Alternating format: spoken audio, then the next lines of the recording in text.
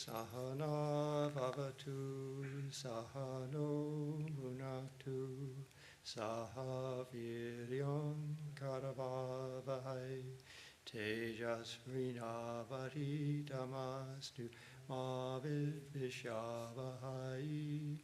Om Shanti Shanti Shanti. May Brahman protect us. May he guide us and give us strength and right understanding. May love and harmony be with us all. Om, peace, peace, peace. And good evening. We are continuing with the complete works of Swami Ramakrishnananda, one of the direct disciples of Sri Ramakrishna. And it's so good to see all of you out in YouTube land, switching from the boob tube to the YouTube. And speaking of you, do you remember Swami Atmavidyananda? Now, the rumor that he got his name because he was head of the Beyond Department of Bed Bath & Beyond, I don't think is correct. But he used to have a chant, the guru chant, and it was, "Gee, you are you. Gee, you are you." That's the guru chant. And the whole point is that you are that divine essence, and you are also a spiritual being having a human experience, and you are in a particular situation, and every individual is unique in that way, having a different experience. And we have to, in a sense, dehypnotize ourselves from the veil of Maya and find out that what our true nature is, what that true you is. So we are reading Swami Ramakrishnananda's thoughts on education. And of course, he is going to be colored by his background. And he did go, I think, to that Christian college, but his main background would have been a rather orthodox Hindu upbringing. And so he talks a lot about how the system of education in India was carried out. So, do you want to start back maybe at the beginning of a paragraph? We have lost. Yes, that sounds good. We have lost the real enjoyment of bliss on account of this limited body, on account of having forgotten our infinite nature. When a dog regards himself a dog, he thinks he is as big as that body, a few feet in length. So when man, not knowing the real infinitude of his inner spirit, imagines that he is a being only 3.5 cubits in length, he sets all his heart to satisfy that little self alone, regarding it to be the real fulfillment of the bliss of inner soul. But although he may imagine this for births after births, for ages and ages, yes, even if all these people imagine themselves as finite, still the infinite will never become finite. You may commit this blunder, your teacher cannot. So the scriptures say, give up these little pleasures of this world.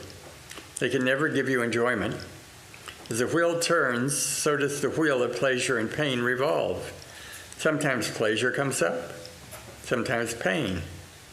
If both the antecedents and sequence of this pleasure are pain, it cannot but be pain, only it may come in the guise of pleasure. A fish is hooked by a sweet bait, only be taken out of water, killed, dressed, and cooked. So these pleasures are but baits thrown out into the waters of life to hook us all up to be consumed by that all-devouring death. Yeah, so the idea is that the pleasures of the world are fleeting, as the saying goes. There was a song to that effect, I think. And they trick us into thinking that we will end up getting something good here. And we have to learn to sort of dehypnotize ourselves from that and to learn that these little desires of the world are really not going to satisfy us. And it's similar to addictions in some sense. We're sort of addicted to the show of Maya. And the show of Maya looks very alluring, but it tends to lead us off into funny pathways. It's like a maze of mirrors, and you think you're going to end up someplace, and suddenly you're blocked and you can't get there. So you have to keep trying and trying to get out of that maze of mirrors. All right, let's continue. The more you identify yourselves with the sense pleasures, the more you will have to die, for such identification will tag you more closely with the body that is sure to perish. So this is not really the path of happiness for you.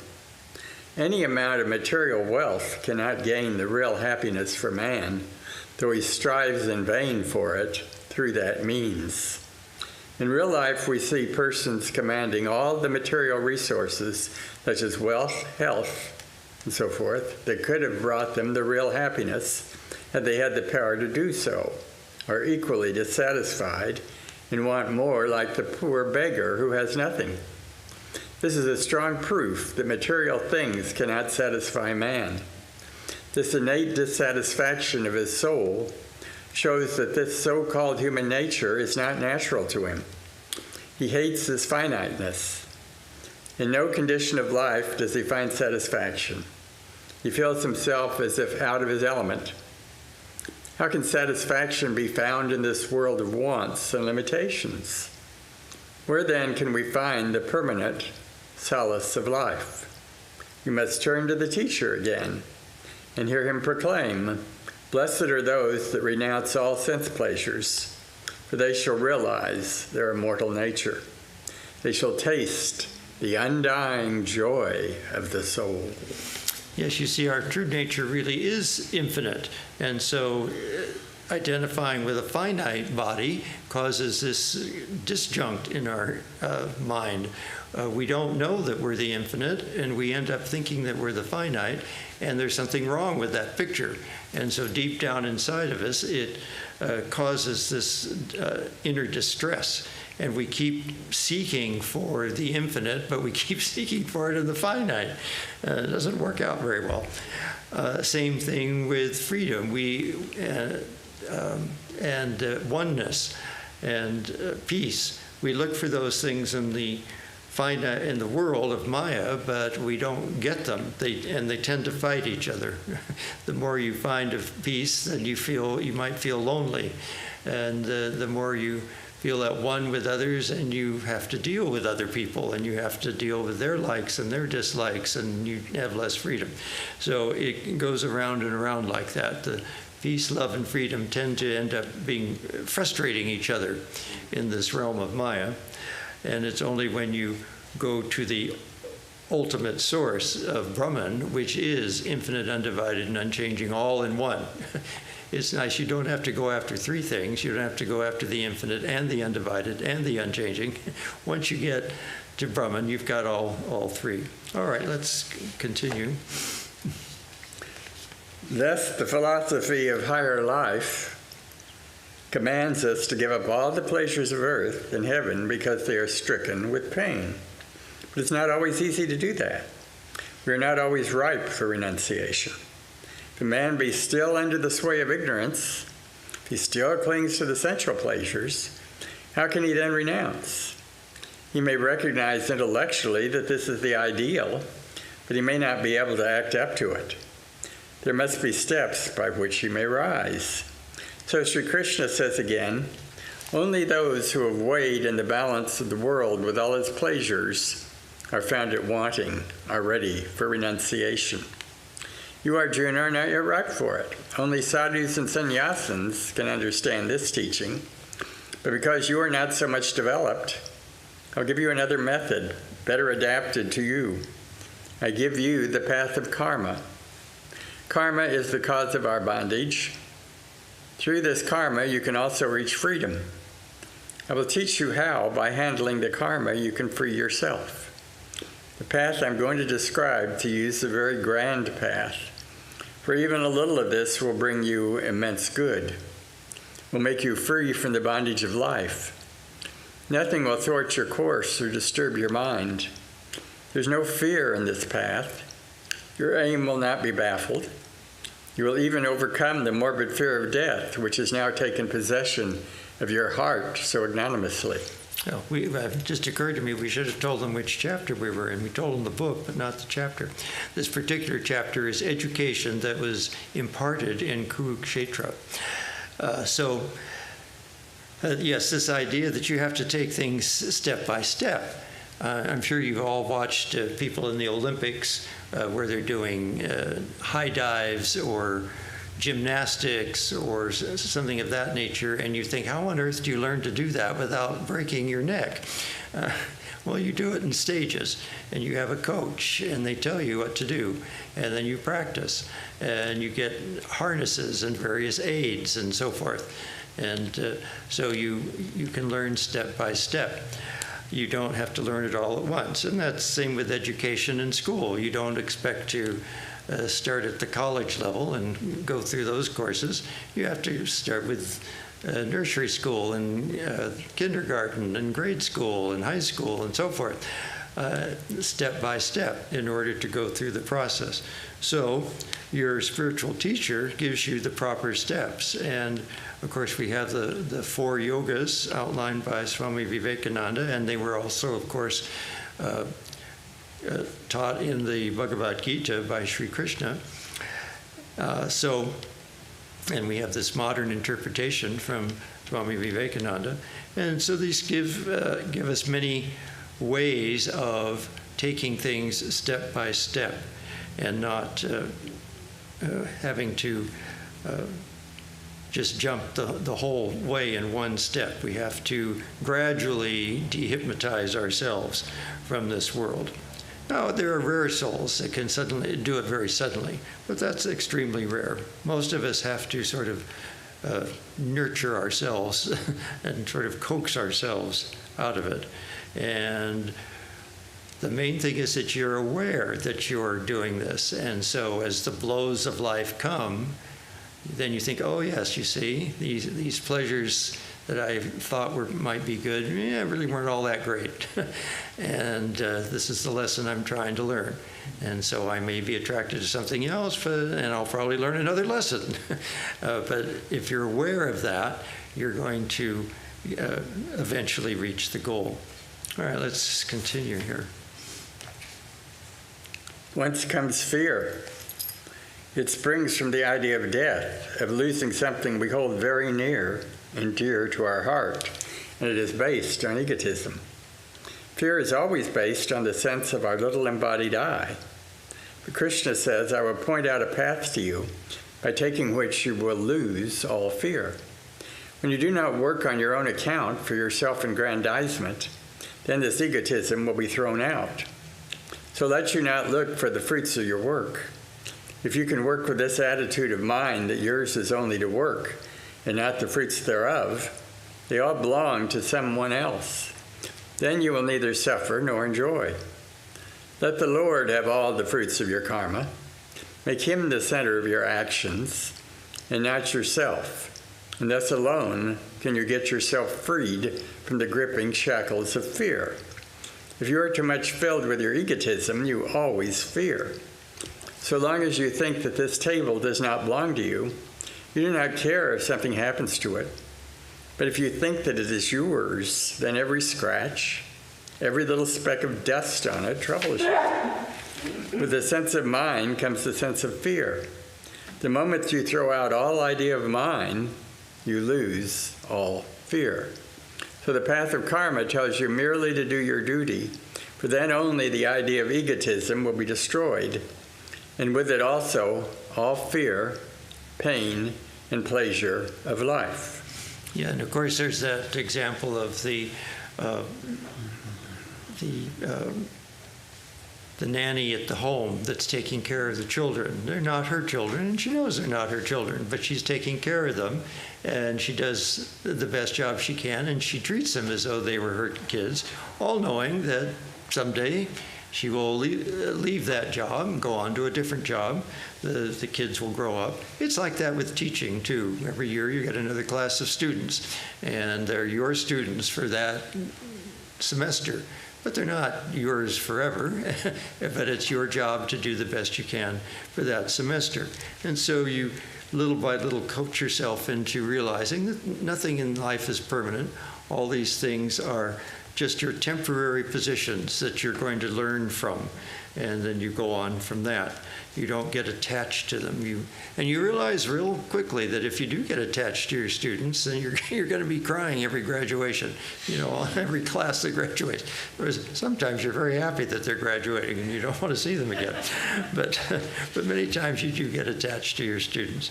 And but you have to get over that, because every year you're going to go through that same thing. So you need to get over attachments and aversions. So that's another good way of looking at it. All right. Work you must. Fighting is inevitable for you. Your very nature will goad you to action. Man works to fight against poverty, to fight against ignorance, and to fight against defeat.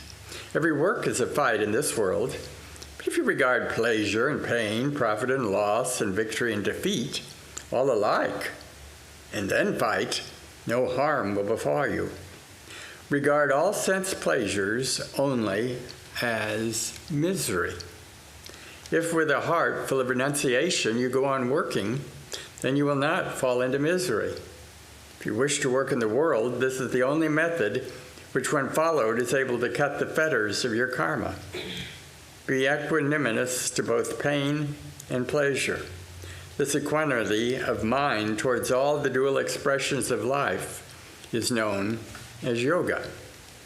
And the Lord Sri Krishna exhorts Arjuna, and through him the whole humanity, to fight, to give battle to the unrighteous, to the unholy, to the enemy of our progress in life without fear or remorse, being steadfast in that yoga. Thus struggling, fighting with the enemies, internal as well as external, doing the duties of life just for their own sake, without caring for the results, without attachment, keeping the heart always on the Lord, on you proceed in the path of life, O man, till you reach the goal. So there's only one thing that I'm not sure I quite agree with the way it's put, and who am I to argue with Swami Ramakrishnananda?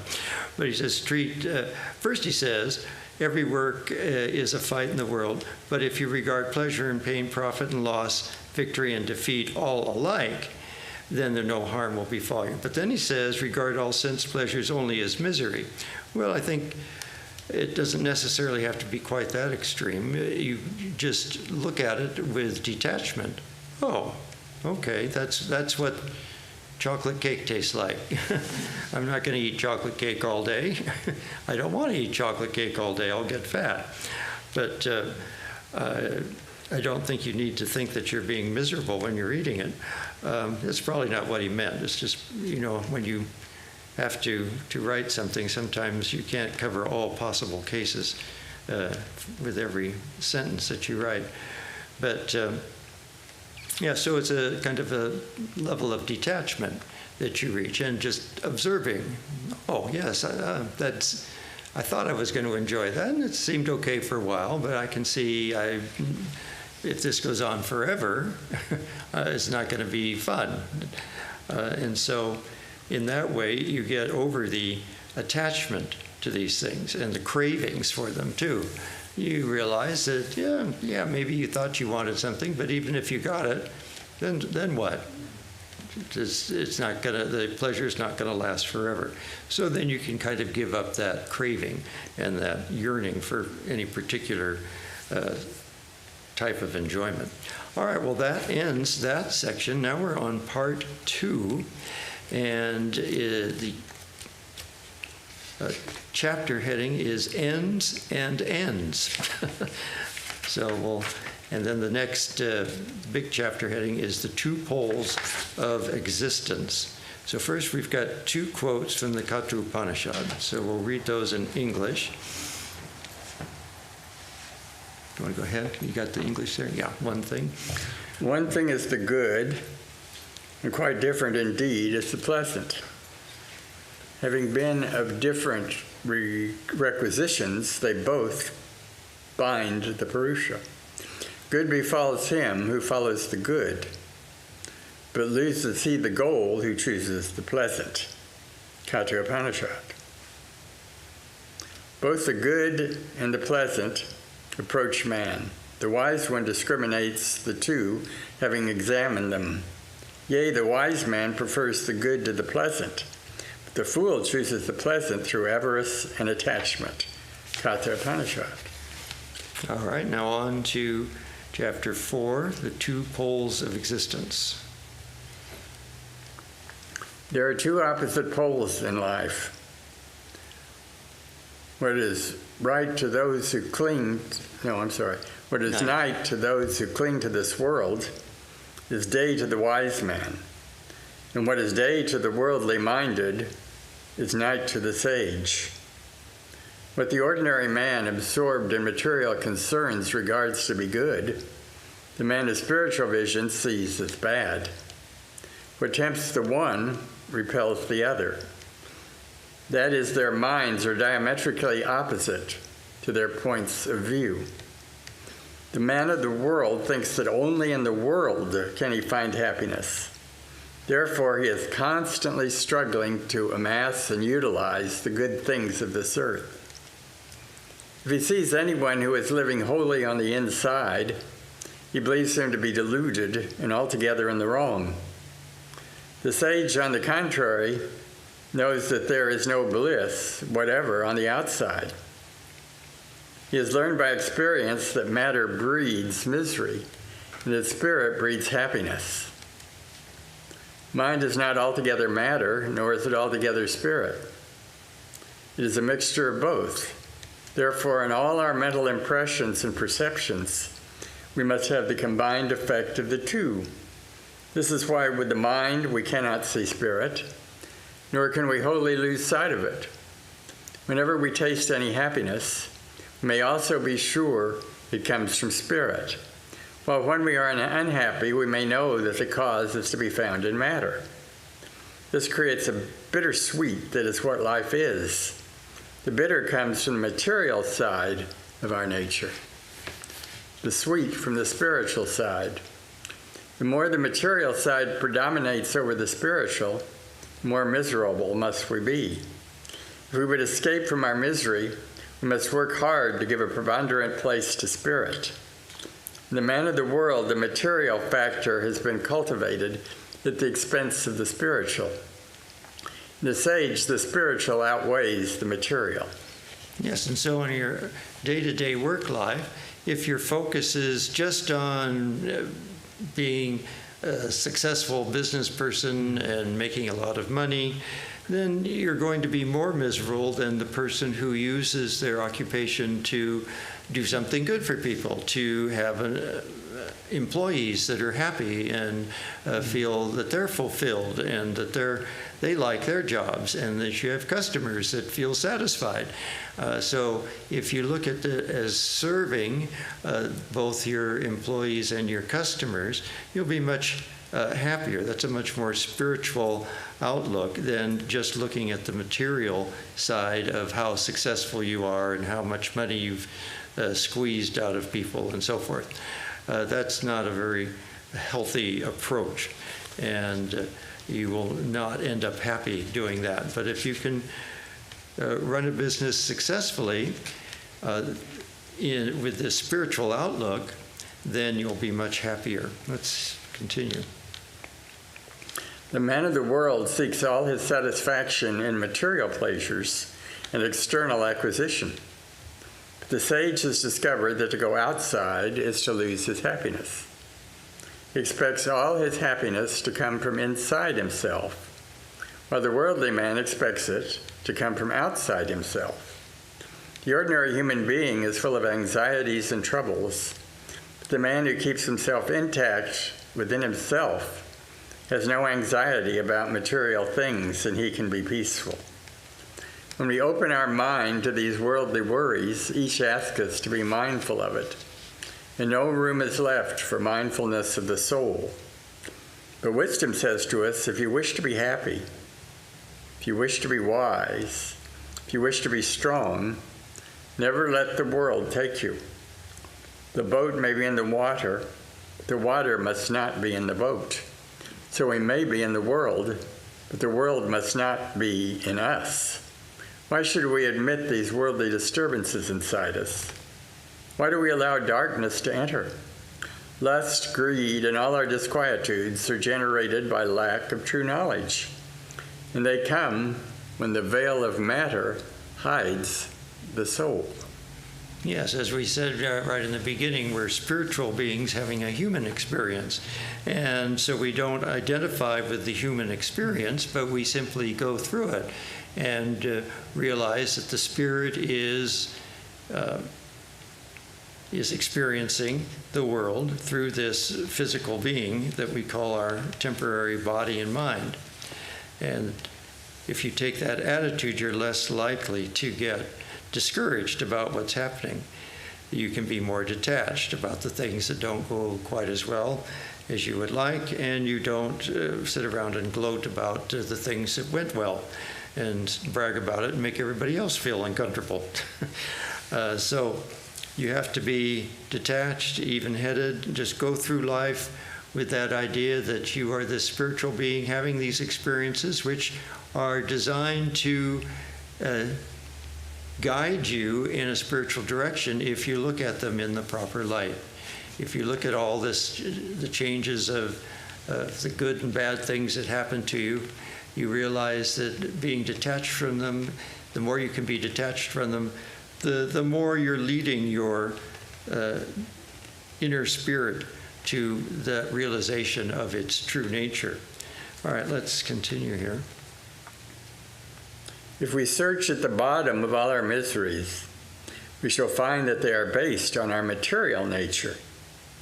When spirit dominates, we may live in the midst of the world, but nothing will disturb us. And why should we let these things affect us?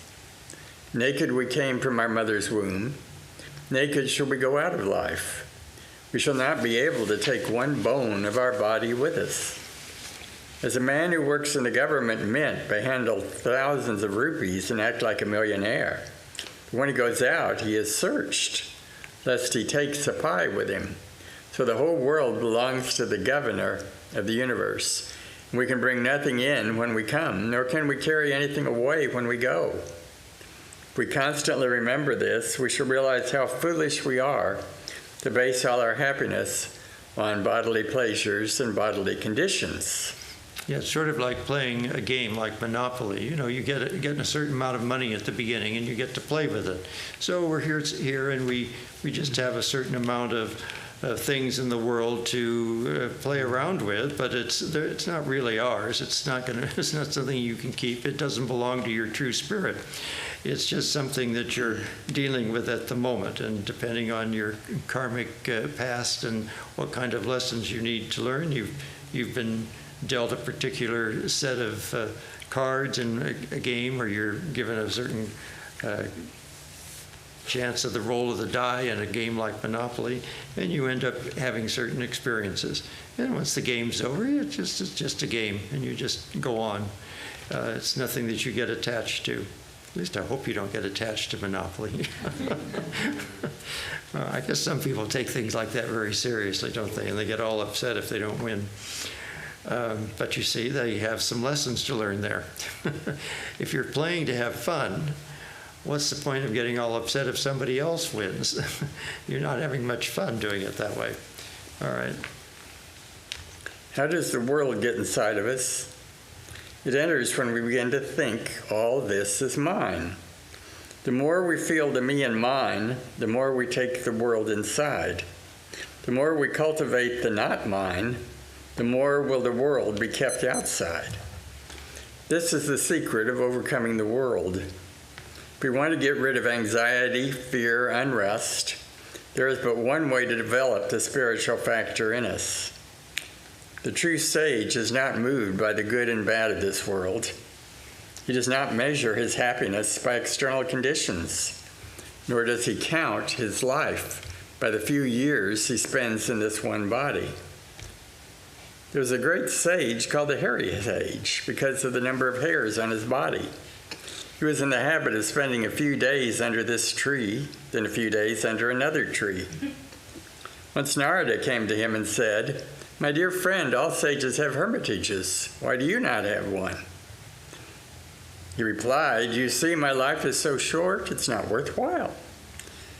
Why, are you going to die soon? Narada asked. You see the number of hairs on my body? So many years shall I live. To him, this life was nothing. Yeah, hang on just a minute. Yes, the irony of this, he's talking about here that don't think of all of this as mine. That's, don't think of this mine, me and mine.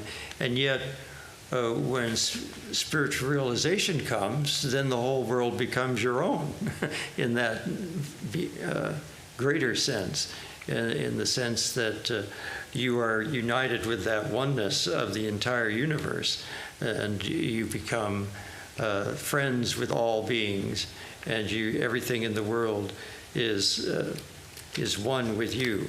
And so by giving up everything and not claiming anything to be yours, eventually everything becomes yours in that higher spiritual sense.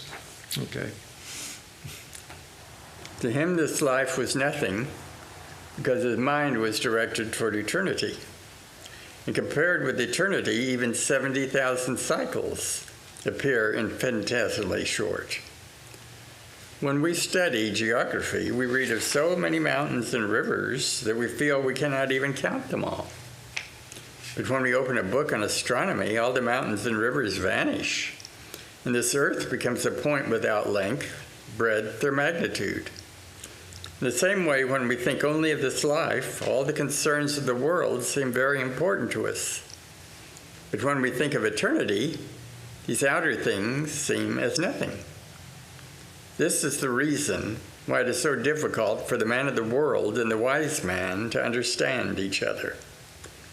Vedanta, however, never teaches us to run away from the world. It says, rather, do not be a coward and run away. Stay in the world, but in the world be a sage. If you wish, you may even be a householder with many cares and occupations, but be a sage at the same time. Do not give up work. Stay and work in the office of God, the universe, knowing that all is His and not yours. Never forget that this body, this house, all these people who surround you belong to God. You also do not belong to yourself. You belong to God. The one who can feel that he can call nothing his own, that is truly spirit and truly poor in spirit, he becomes the richest of men. And in him we may know spirit has triumphed over matter. Yes, when you look at astronomy, you really do realize how insignificant everything here in the Earth is. It's such a tiny, tiny piece of the solar system, and the solar system is just one star system in an enormous galaxy of the Milky Way. And then you think, well, the Milky Way is just the biggest thing ever. No, it's not the biggest thing. There are billions of galaxies. And now, of course, with the James Webb Telescope, they're finding that they've got well-formed galaxies way, way out there. The whole universe is filled with these galaxies that seem to be pretty much just like they are close by. So it's an amazing thing to ponder our little insignificance. And if you ever worry about making a lasting impression or something of that nature, you can put that into perspective. The archaeologists can do a good job with you on that too. You look back and you see them digging up civilizations of 3,000 years ago, 10,000 years ago. The timeline keeps getting pushed back and back and back, and you see all these magnificent cities that people have built over the ages, and I'm sure they thought they were going to last a long time, and now they're just rubbles under the sands of time. So all of these things are rather insignificant. Another thing that gives you a good perspective is to have to take care of someone who's just passed away. If you happen to be the executor for an estate and you have to clean out a house, and you go through all the stuff that the people have accumulated, and you can see they've collected all sorts of things that they thought would be lovely hobbies for them in their retirement that they never got to. And all the photo albums they've collected, stacks and stacks of photo albums. You know they probably never looked at them after maybe the first time they put it together. Hundreds of books, that, some of which look like they've never been opened. Hundreds of tapes and CDs and so forth that they've collected to listen to. And again, you couldn't possibly listen to them all. So again, that kind of thing puts things in perspective. You realize that all this saving up for the future and making a lasting impression and that sort of thing, this sort of dims and pales compared to making progress on the spiritual path. All right, we have a few minutes left. We can begin this next section, the two paths. Man is a born fighter against nature. Wherever he turns, nature stands against him, thwarting him, harassing him, and often worsting him. He wants to know all, to see all, to hear all, to enjoy all, but there is ever an impenetrable, impassable wall circumscribing his desire. Still, man struggles on and hopes that the day will come when nature will fall at his feet and acknowledge him, her supreme master. The world is a huge battlefield, not a vast drawing room. The struggle for mastery between man and nature has been going on since time immemorial. This struggle is what is called civilization, and that nation which struggles with the greatest success is the most civilized. The savage does not question the authority of nature. He is content to accept her terms. But the more civilized man has obtained some measure of success. He lives in a house, wears clothes, and cooks his food in opposition to nature's decree. Yeah, that reminds me of something Don Dobson used to point out. He said, that he would refer to that childlike nature that we need to have and treating everything as kind of a play. And he would say, if you go to the beach, you watch the kids build a sandcastle. They build it all up in this elaborate structure, and they're just having fun. They're just playing. And after it's all done, they may run through it and kick it all apart. And he says the parents are taking pictures to preserve the sandcastle for their scrapbook. So the kids are just having fun, and they know they're having fun, and that's kind of the situation we have to have here. We can play the game of civilization. We can do that, but you have to realize it's just a game, and things are going to come and go, and can't get too attached to all of this. All right, let's got two great civilizations coming up here. Two great civilizations have evolved out of this ceaseless warfare. The civilization of the West and the civilization of the East. But the goal of both is the same, the conquest of nature. But the paths are different. Let us see which path can lead us to victory and which cannot. The West starts from the hypothesis that there are two separate entities here, man with his desires and the universe outside him, which satisfies those desires. The Westerner sees that the universe is beautifully fit to serve his ends.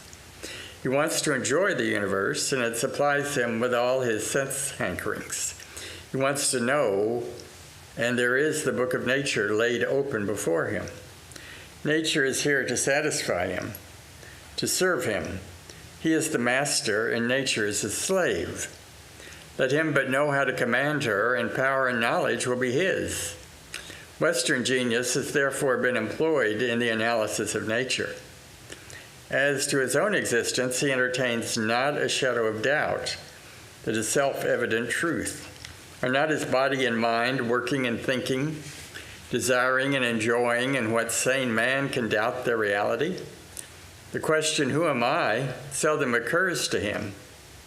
And if it is put to him, the answer is ready. I'm an American. I'm a European. Yeah. Okay, go on. One more paragraph maybe. The man of the West is therefore scientific. He wants to know what the universe is composed of. And chemistry has been evolved, wants to know what forces go to keep it together. And physics has been evolved.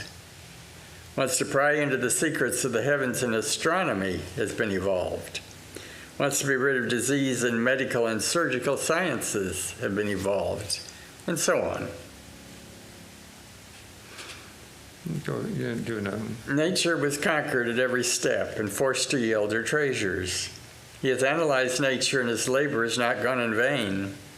All the multifarious conveniences of modern life are due to that patient toll, and no one will deny that the results are granted. But Results are grand, right? Are grand. But has all this led him any nearer the truth? All right, we'll leave that for next time. Good question. I think I mentioned this maybe even last week, that there was that professor that analyzed all the sciences and their evolution, and even social sciences. And he analyzed them and showed that each one seemed to have to take a bigger and bigger perspective. They started out analyzing smaller and smaller pieces and breaking things down into smaller pieces. And then pretty soon they realized they really couldn't understand the whole just from all the little pieces. And they had to look at bigger and bigger pictures. And so they'd get a larger perspective and a larger perspective and a larger perspective. And when you look at it that way, you see that there is this, the underlying reality is beginning to show through.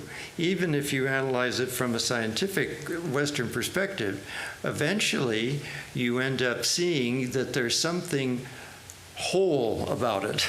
There's something one about it, that you can't disconnect one thing from another. You have to look at whole systems and how they all interact, and that everything is sort of interconnected in a oneness.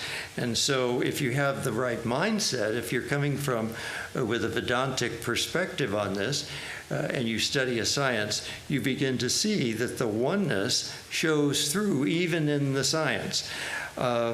Another thing I wanted to point out was this playing civilization.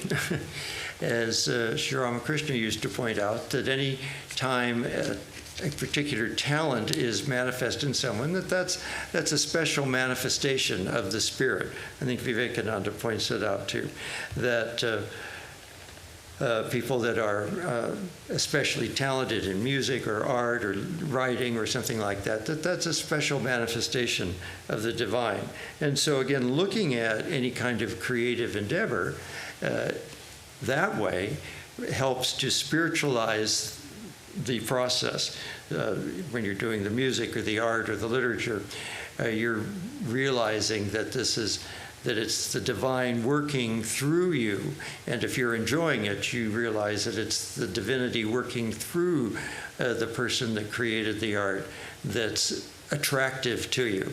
The reason you find the art beautiful, or the music enchanting, or the drama engrossing, is because the divine spirit worked through the maker of those creative things, and that's why you enjoy them. So all of these things can be spiritualized when you have that proper perspective, that really what we're experiencing here is Brahman in disguise, and the revealing nature of the sattva guna shows through if you're aware enough to see it. You could go to a costume party and just look at the exterior costumes of people and never bother to think of who's who. You might just not even think about it. But you might go and think, okay, all of these people are people I know, and I can look through those disguises if I'm clever. And so that's what you have to do in the world. You have to look through this disguise of Maya, this veil of Maya, and see how that Brahman is embedded in it and being hidden by it. All right, so next time we will answer the question, but has all this led him any nearer to the truth? All right. Om Purnamada Purnamidam Purnat Purnamudachyate Purnasya Purnamadaya Purnameva Vashishyate. Om Shanti Shanti Shanti. Filled with Brahman are the things we see. Filled with Brahman are the things we see not. From out of Brahman floweth all that is. From Brahman all, yet is it still the same. Om, peace, peace, peace.